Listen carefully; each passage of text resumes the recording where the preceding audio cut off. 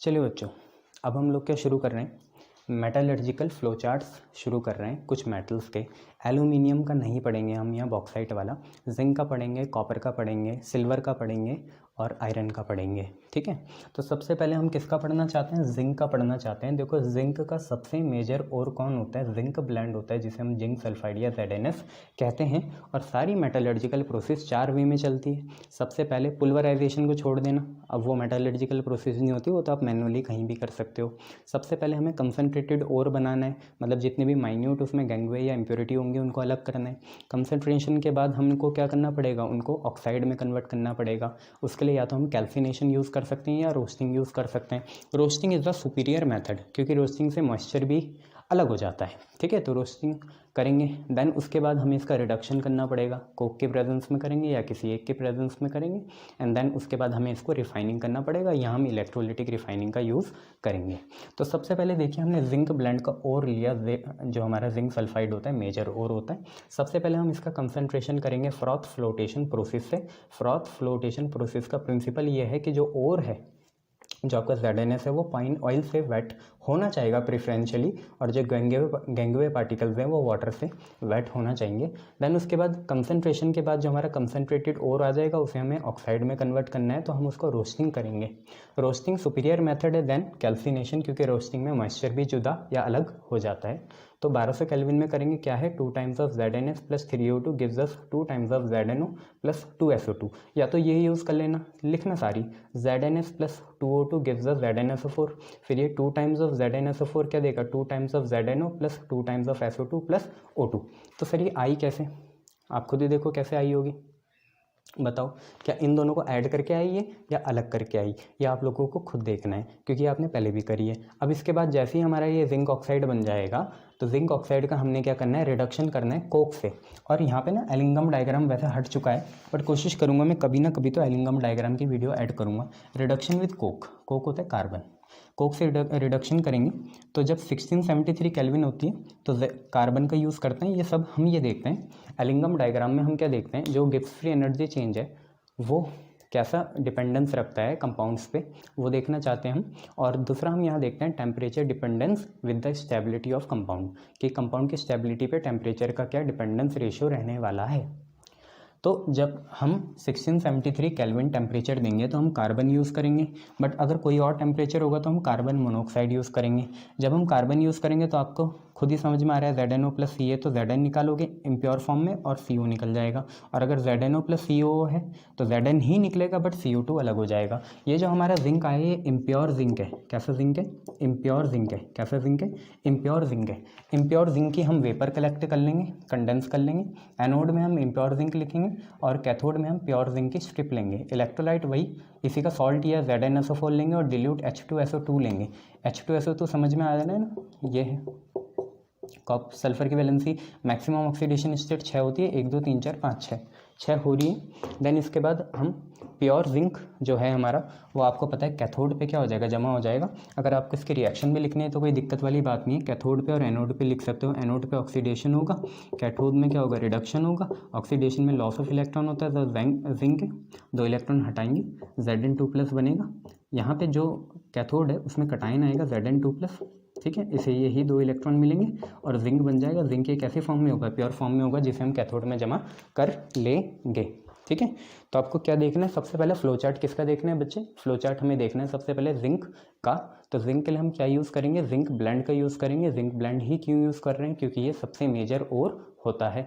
और जो हमारी मेटलर्जिकल प्रोसेस चलती है वो लगभग 5 स्टेप में चलती है। पल्वराइजेशन को इससे अलग ही रखना, वो तो मैनुअली हम कहीं भी कर सकते हैं। तो सबसे पहले हमें कंसनट्रेटेड ओर बनाने, उसके लिए हम, क्योंकि ये सल्फाइड का ओर है, तो हम फ्रॉथ फ्लोटेशन प्रोसेस का यूज़ करेंगे। फ्रॉथ फ्लोटेशन प्रोसेस में प्रेफरेंशियल वेटिंग होगी, जिंक सल्फाइड को पाइन ऑयल वेट कर देगा और जो हमारा वाटर है वो गैंगवे पार्टिकल को वेट कर देगा। जब हम पे कंसनट्रेटेड ओर आ जाएगा तो हम फिर उसके बाद क्या करेंगे, या तो कैल्सिनेशन कर सकते हैं या रोस्टिंग कर सकते हैं, ताकि वो कंसनट्रेटेड ओर ऑक्साइड में कन्वर्ट हो जाए। हम यहाँ रोस्टिंग प्रीफर कर रहे हैं क्योंकि रोस्टिंग से मॉइस्चर भी क्या हो जाता है, अलग हो जाता है। तो हमने रोस्टिंग करी 1200 केल्विन में, लगभग 3 रिएक्शन आपको दिख रही है। यहाँ पे आपका खेल है कि या आखिरी रिएक्शन इन दोनों को ऐड करके आई या सभी अलग अलग हैं, ये आपको देखना है। तो 2 times of zinc sulphide 3O2 से रिएक्ट करेंगे, 2 टाइम्स ऑफ ZNO बनेगा और 2 टाइम्स ऑफ SO2 बन जाएगा। लिखते भी रहो, मैं बोलते रह रहा हूँ। और ये जिंक सल्फाइड है, 2O2 से रिएक्ट कराएंगे तो कुछ भी अलग नहीं करना आपको, ZnSO4 बन जाएगा। 2 टाइम्स ऑफ ZnSO4 लेंगे, यहाँ से आप जिंक ऑक्साइड निकालो, SO2 निकालो, O2 निकालो, बैलेंस करो। जब आप पे जिंक ऑक्साइड आ जाएगा फिर आपको रिडक्शन करना है कोक का। ठीक है, यहाँ पे हम एलिंगम डायग्राम का यूज़ करते हैं, हालांकि वो आपके कोर्स में नहीं है, बट एलिंगम डायग्राम हमें बस ये बताता है कि बेटर रिड्यूसिंग एजेंट कौन होने वाला है, कोक होने वाला है या CO होने वाला है। यहाँ पे हम जनरली गिब्स फ्री एनर्जी और थर्मोडायनेमिकल वेरिएबल्स जैसे टेम्परेचर का डिपेंडेंस देखते हैं, कंपाउंड की स्टेबिलिटी में क्या रहने वाला है। तो जिंक ऑक्साइड को जब हम 1673 केल्विन लेंगे लगभग, तो हम कार्बन का यूज़ करेंगे। छुपा लो प्रोडक्ट को, ZNO प्लस C क्या बनाएगा, Zn प्लस CO बनाएगा। बट अगर कोई और टेम्परेचर हो तो ZNO के साथ हम कार्बन मोनोऑक्साइड का यूज़ करेंगे। दोबारा छुपा लो, Zn अलग कर लो, Zn आपका इम्प्योर फॉर्म में आएगा और CO प्लस O क्या बन जाएगा, CO2 बन जाएगा। तो अभी तक हमने 3 प्रोसेस देख ली, पहली है कंसनट्रेशन, दूसरी है रोस्टिंग, तीसरी है reduction with coke. And then finally जब हमारा इम्प्योर जिंक आ जाएगा तो हमें इसे रिफाइन करके प्योर जिंक बनाना है। इम्प्योर जिंक को रिफाइन करने के लिए हम इलेक्ट्रोलिटिक रिफाइनिंग का यूज़ कर रहे हैं। एनोड में हमेशा ही आपका इम्प्योर जिंक आएगा, कैथोड में आपका प्योर जिंक आ जाएगा। इलेक्ट्रोलाइट आपका zinc sulphate plus dilute H2SO2 हो जाएगा। अब जनरली आपकी कैथोड में क्या होता है, रिडक्शन होता है, एनोड में ऑक्सीडेशन होता है। तो इम्प्योर जिंक लिया, ऑक्सीडेशन मतलब loss of electron, Zn2 plus बनाने तो 2 इलेक्ट्रॉन हटा दिए। कैथोड में यही Zn2 प्लस 2 इलेक्ट्रॉन गेन करके जिंक बनाएगा और ये जिंक कैसा होगा, प्योर फॉर्म का होगा, जो आपका कैथोड में जनरेटेड हो जाएगा। ठीक है, फटाफट देख लो सारी चीज़। जिंक ब्लेंड है, मेजर और है, कंसंट्रेशन करेंगे फ्लोटेशन से, रोस्टिंग करेंगे 1200 केल्विन में, रिडक्शन करेंगे कोक के साथ। फिर आपका इम्प्योर मेटल, इम्प्योर जिंक मिल जाएगा, उसमें हम एनोड में लिखेंगे इम्प्योर जिंक, कैथोड में रखेंगे प्योर जिंक की स्ट्रिप। इलेक्ट्रोलाइट लेंगे ZnSO4 plus dilute H2SO2, pure zinc deposit हो जाएगा कैथोड में। ठीक है, कैथोड में रिडक्शन होता है, एनोड में ऑक्सीडेशन होता है। तो आप ये सारी चीज़ें देखें कैसी होती है, कैथोड में ऑक्सीडेशन, एनोड में रिडक्शन। फिर हम आगे बढ़ते हैं। ठीक है, ये चीज़ें और बाकी कुछ चीज़ें हैं नहीं। जनरली जो ये होता है, हम रिडक्शन जो करते हैं ये हम करते हैं वर्टिकल फायर क्ले रिटॉर्ट्स में। वर्टिकल फायर की क्ले होती है, उसका रिटॉर्ट्स होते हैं, रिटॉर्ट्स हैं, मोल्ड्स होते हैं, उसमें करते हैं। ठीक है, ये चीज़ याद रखना, ध्यान से देख लो, कुछ और चीज़ नहीं है।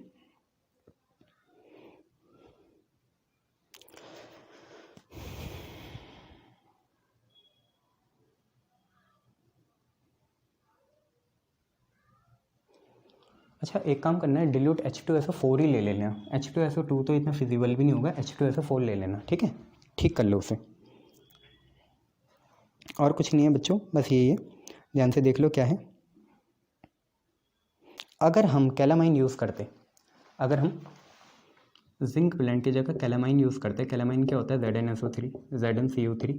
ठीक है, कैलामाइन, तो बस इसमें हमें कुछ नहीं करना पड़ता, हमें यहाँ पे ये नहीं करना पड़ता रोस्टिंग, हम कैल्सिनेशन से भी काम चला लेते। कैल्सिनेशन करते तो डायरेक्टली से हीट कर देते, लिमिटेड सप्लाई में आपका बनता ZnO प्लस CO2।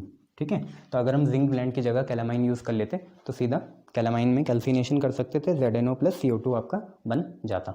ये भी आप याद रखिएगा। ठीक है, बाकी आपको मैंने और बता ही रखे हैं जिंक ब्लेंड का।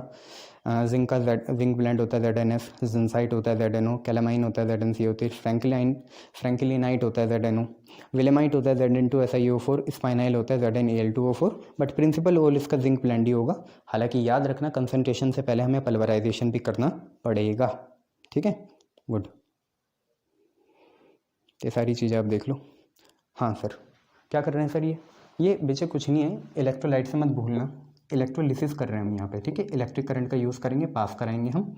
ठीक है, और ये सारी आपकी इलेक्ट्रोलिटिक प्रोसेस से आपकी रिफाइनिंग हो जाएगी, किसकी, जिंक की, ये आप याद रखना। ठीक है, चलो 10 मिनट में से बंद करेंगे, फिर हम नेक्स्ट देखेंगे क्या है। सिल्वर की करेंगे इसके बाद एक्सट्रैक्शन। ठीक है बेटा, अर्जेंटाइट ओर से।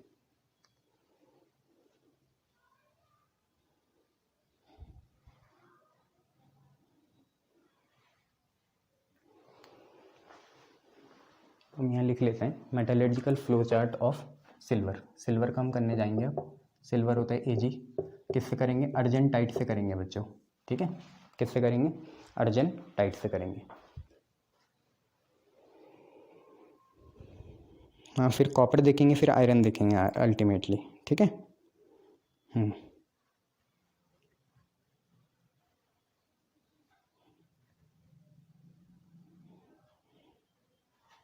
अभी हम सिल्वर देखेंगे पहले।